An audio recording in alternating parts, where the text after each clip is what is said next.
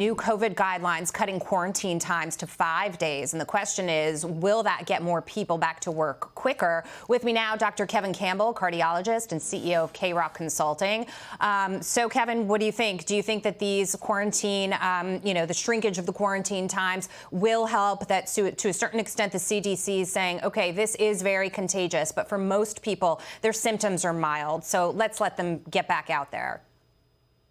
Jackie, I think it was the right move. I think that what we're seeing is what happens when you test asymptomatic people routinely. You have a lot of positive tests that are people who are really not sick. So I think limiting that quarantine makes sense. We know that the virus is most transmissible in the first couple of days after symptoms occur and a couple days after they occur. So I think that this makes a lot of sense to me. Yeah, John kept talking about the economy, and he mentioned the fact that there are still people who are unvaccinated. But remember that 2/3 of this country is fully vaccinated. I know so many people who are vaccinated and have a booster shot, and they are getting OMICRON. They are getting this strain of the coronavirus, and they are saying their symptoms are mild. So, to a certain extent, it seems like the administration's focus on vaccinations, I'm not necessarily sure that anybody was immune here.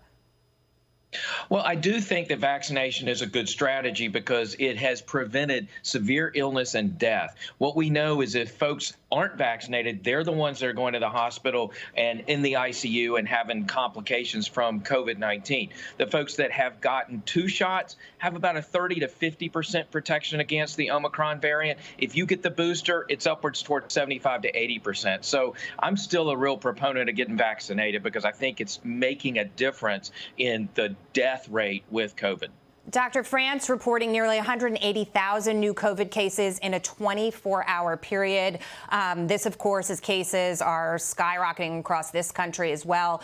Are we nearing a peak here? The question everybody has with this is how much longer? We tend to look towards the UK. We tend to reflect when they peak in England. We tend to seem to peak a few weeks later. So we're kind of looking at what's going on over there. And I think we're probably getting close to that peak. But again, the thing to remember is this is usually mild and self-limited unless you're unvaccinated. Then we see more severe illness. It's so important to get vaccinated. In this city, we're very vaccinated. A lot of people have booster shots, and we're already talking about what the next booster shot will be. I think it's important to remember that this is also an evolving science. And I think that, a virus's whole job in the world is to replicate and continue to survive and adapt to whatever we throw at it. The key is to continue to evolve in the science and make sure that we have the appropriate vaccine. You might recall every year we have to guess at what the flu vaccine is going to look like. Yeah. We do our best guess, and that's what we give folks. And that may be something we see with COVID going forward. Yeah, we have talked about these mutations. Doctors like yourself have told us that they were on the way, and yet somehow we were somewhat caught off guard by this one. Doctor, great to see you today. Thank you so much for your time, sir. Thank you for having me.